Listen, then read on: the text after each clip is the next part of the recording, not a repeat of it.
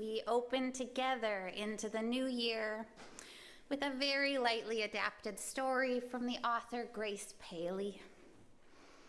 She offers,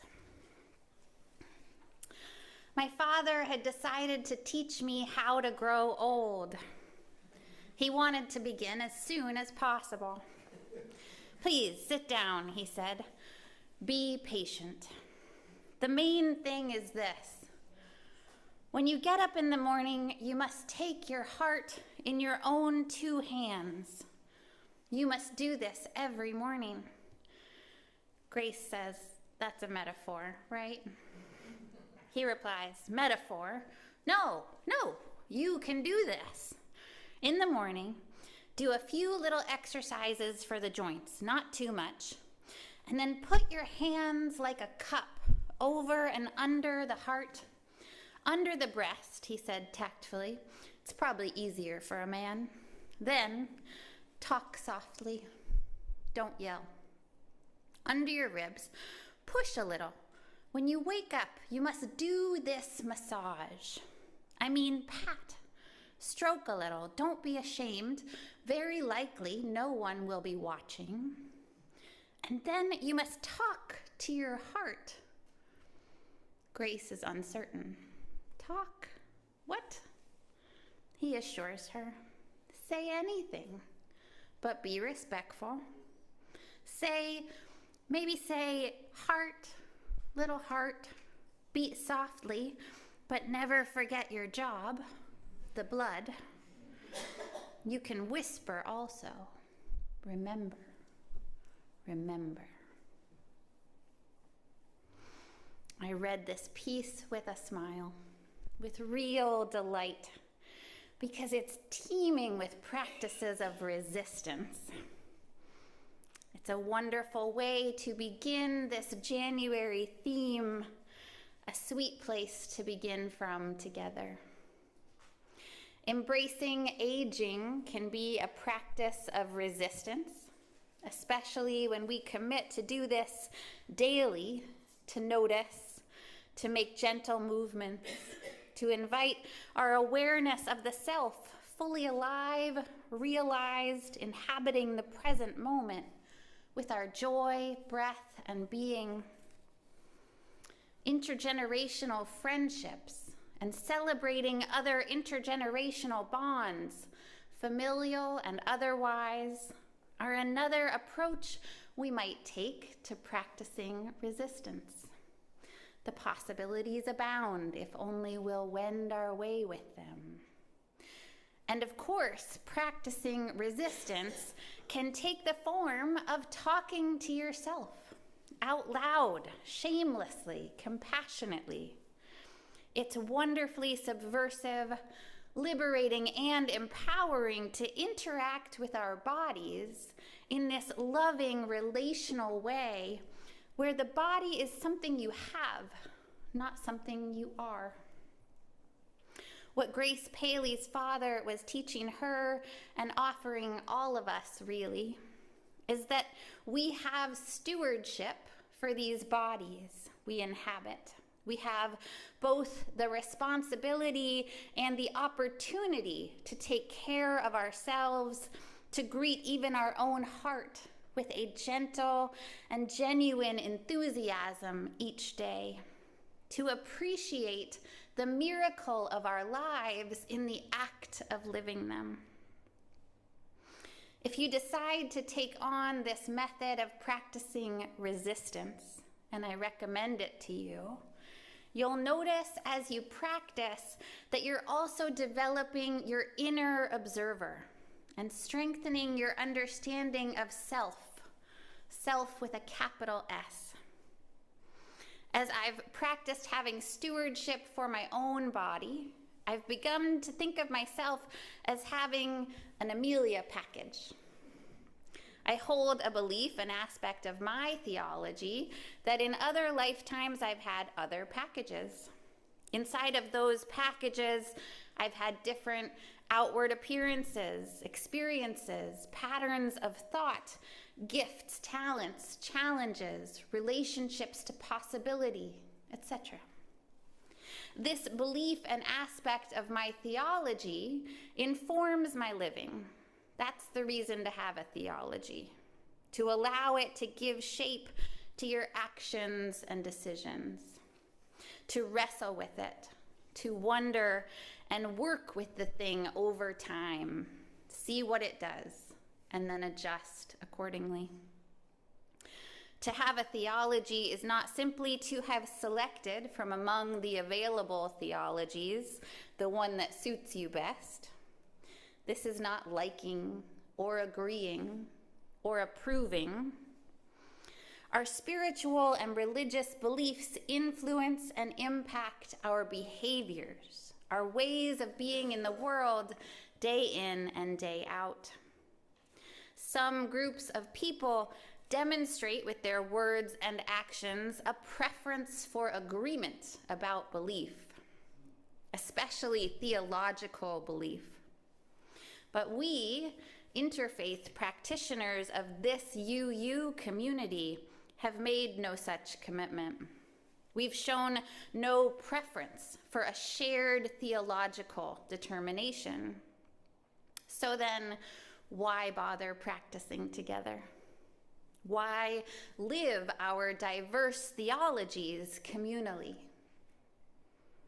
Our practicing together demonstrates our care and commitment to listen and learn from and with one another, growing in our ability to be truly accepting and even appreciative of differing beliefs and the nuanced ways of life our beliefs call us to.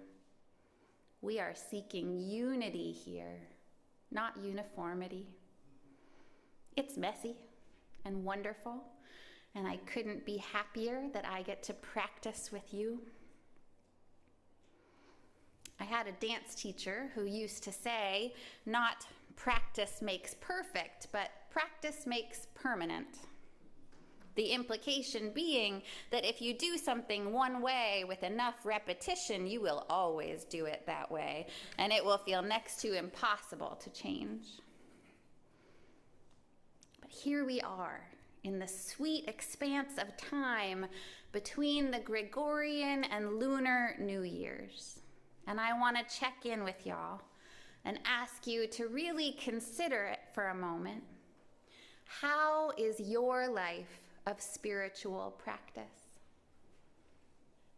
How is it really?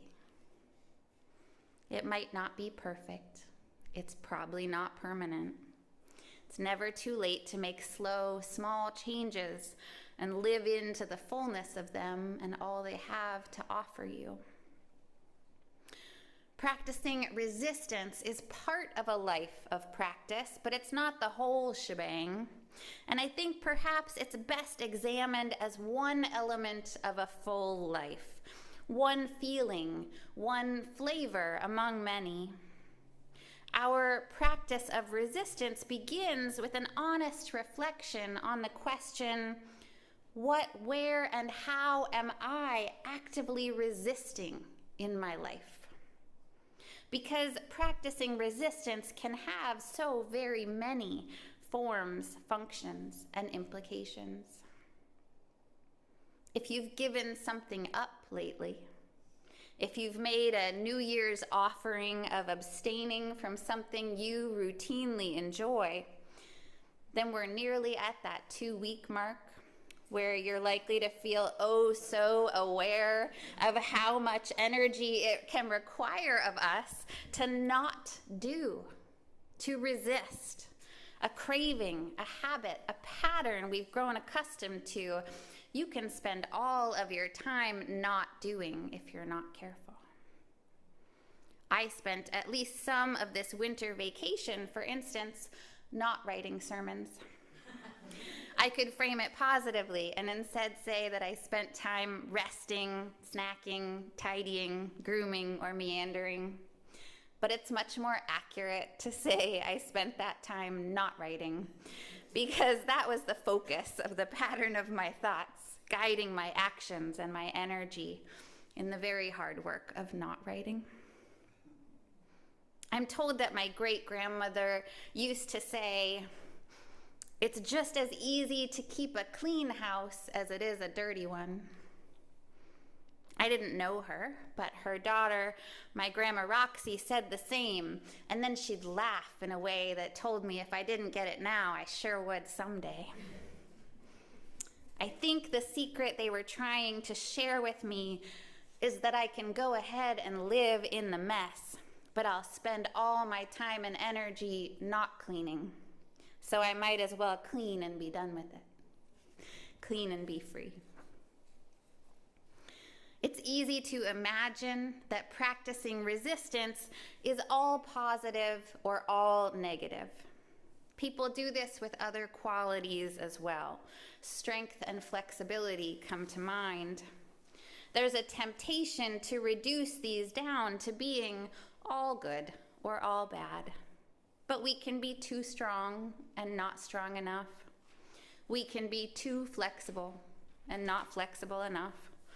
What we hope for really is a relational balance of strength and flexibility where each supports the other functionally. Resistance in the context of our spiritual living works similarly. When practicing resistance or reflecting on the ways and whys of such a practice, I believe it's nourishing and sustaining to have a relational balance of resistance and surrender, where each supports the other. And we'll come back to that next week. Meanwhile, the questions for our shared lingering with and mulling over are beginning to pile up. How is your life of spiritual practice? How is it really? What, where, and how are you actively resisting in your life? And finally, how do your practices of resistance relate with and support your practices of surrender? I invite you to sit with these, to take them for a walk, to meditate on them or dance about them, and then to listen well to one another, to the answers that emerge, to learn from one another. It's what we came here to do. One other invitation in this season of reflection and renewal. In addition to practicing stewardship for my body, my Amelia package, I have another favorite way of practicing resistance that I want to offer you, and this too takes the form of a question. How do you keep time? Time is a gift, a precious resource. How do you measure and monitor its passing? This may seem simple, but I promise there are riches here for you to uncover. It's 2026, and Hebrew year 5786, and Chinese year 4723. And the earth is more than 4.5 billion years old, and all of these are true all at once. It's January and winter here, while in the southern hemisphere, same planet, it's January and summer. The new day begins when I wake and rise, or does it begin at dawn, or midnight, or sunset? The philosophy that the day belongs to the night that preceded it runs through the Abrahamic traditions and always feels particularly apt when you've tossed and turned and haven't slept a wink. We keep time with birthdays, holidays, and seasons. We keep time in minutes, hours, days, weeks, months, and years. We measure it with marks in doorways when our children grow, with music, with rhythm, with light, with heat, with whether we expect and whether we were not expecting. If you're so inclined, you are invited to notice all the ways you are keeping time and which are the most meaningful for you. Expand the act of resistance within the practice by adopting one new way of keeping time and exploring it as fully as you're able. Let it shape you and inform your actions. Let it inspire you to new possibilities. Let it open your heart, and then hold your heart in your hands so gently and encourage it. You can whisper, remember, remember. May it be so. Amen, Amin, Ashe.